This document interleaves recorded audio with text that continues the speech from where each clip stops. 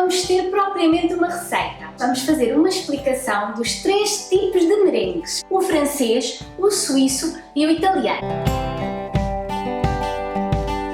Este é um daqueles vídeos onde vamos explicar um pouco técnicas básicas, quer sejam massas, quer sejam cremes, e os merengues são uma elaboração básica em várias receitas de pastelaria. Há 3 tipos: o francês, o suíço e o italiano.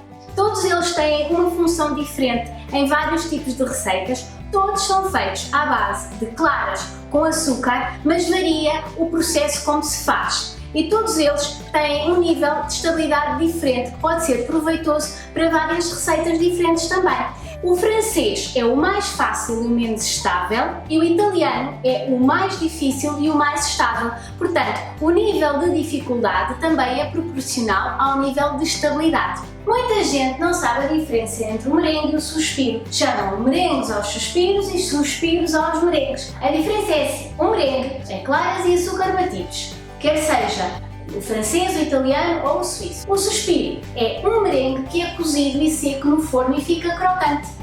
Então, quais são as proporções ideais para fazer um bom merengue? Aí depende da receita. A receita que vocês forem fazer é que já vos vai dar essas proporções, mas normalmente a proporção deverá ser sempre 2 partes de açúcar para 1 parte de claras. Então vamos começar com o merengue mais simples, o merengue francês. Para isso, eu vou colocar as minhas claras na tigela da minha batedeira e vou começar a bater primeiro a uma velocidade baixa, só para ir introduzindo um pouquinho de ar, para elas irem acomodando e para começarem a expandir-se lentamente, porque isso vai fazer com que elas fiquem mais estáveis. Quando eu as tiver praticamente montadas, então aí vou juntando o açúcar pouco a pouco para o açúcar se ir dissolvendo. E quando elas estiverem brilhantes e já eu não conseguir ver os grãozinhos de açúcar e estiverem bem firmes, o nosso merengue está pronto a ser utilizado na receita que quisermos. Uma das maneiras de saber se o merengue está pronto é virar a taça ao contrário, se não cair na cabeça. É porque ele está bem firme e pronto a usar. E em que elaborações é que eu poderia usar este merengue? Por exemplo, num bolo ou então para fazer uns suspiros. Então agora vamos fazer o merengue suíço, que é aquele merengue que está ali a meio caminho entre o merengue francês e o merengue italiano. A diferença deste merengue em relação ao francês é que ele na mesma se usa as claras e o açúcar, só que primeiro vamos batê-las em banho-maria. Então, numa tigela que possa aguentar o calor, eu vou juntar as claras e o açúcar e vou levar em banho-maria, mexendo sempre com uma vara de arames, até atingir mais ou menos 60 graus. Porquê que é importante que atinja esta temperatura? Porque é o ponto em que as claras começam a cozinhar. Isto vai fazer o seguinte: vai fazer com que o açúcar se derreta e vai fazer também com que as claras fiquem bastante mais estáveis. Além disso, as claras ao cozinharem neste ponto são seguras para comer porque já não estão cruas. Por isso, se forem fazer uma mousse, é ótimo fazerem este merengue. E vamos batendo, é importante estarem sempre a bater para não ficar nenhum pedacinho de clara cozida. Vamos batendo com as varas de arames e vamos sempre testando com os dedos um pouquinho da mistura entre os nossos dedos. A mistura vai aquecendo, mas nunca deve aquecer ao ponto de eu me queimar. Assim que deixar de perceber os grãozinhos de açúcar, transferimos para a tigela de uma batedeira e vamos batendo até a mistura estar fria, volumosa e bem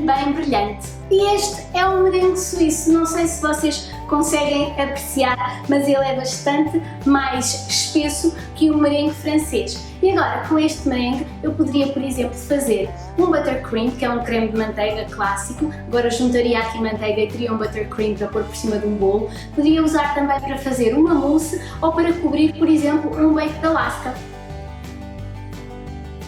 E para fazer um merengue italiano, que é o meu preferido, eu adoro fazer merengue italiano. A diferença deste merengue em relação aos outros é que, em vez de bater o açúcar com as claras, vamos pegar nesse açúcar e fazer uma calda de açúcar, e é essa calda que vamos misturar com as claras e bater. É talvez o que exija um pouquinho mais de dificuldade, porque tem que se encontrar um ponto de açúcar, mas isso não deverá ser um problema se vocês viram o nosso vídeo onde explicamos os pontos de açúcar. E para fazer este merengue italiano, vamos primeiro fazer uma calda de açúcar com o açúcar e com a água, e e levar ao lume até atingir o ponto de bola mole. O ponto de bola mole ronda os 117, 120 graus. Se vocês tiverem um termómetro e quiserem verificar, é essa temperatura. Se não, vão tirando pouco a pouco gotinhas da calda para um copo com água e verificando entre os dedos a formação de uma bola maleável. Neste momento desligamos o lume e enquanto a calda para de borbulhar, vamos batendo as claras, primeiro com uma velocidade mais lenta e depois com uma velocidade mais alta até elas ficarem espumosas. Só nesta altura é que juntamos a calda pouco a pouco e pelas laterais da taça para não entrar em contacto com as varas e não cristalizar automaticamente. Vamos deitando a calda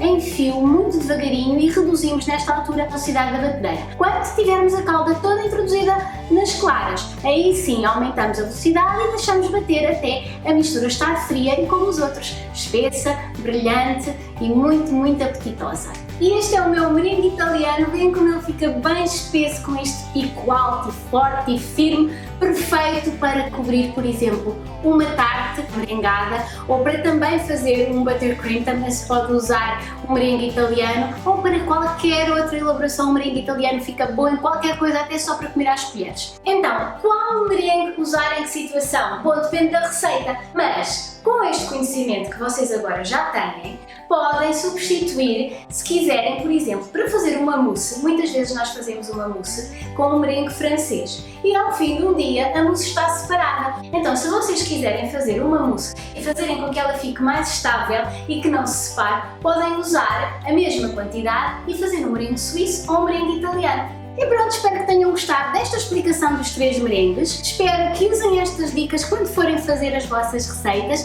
e deixem um comentário lá em baixo para nos dizerem que outro tipo de receitas básicas de pastelaria vocês gostariam de aprender. E o de sempre, subscrevam o canal, deem um like, sigam-nos nas redes sociais e voltem para a semana, à quinta-feira, com um vídeo novo. Tchau!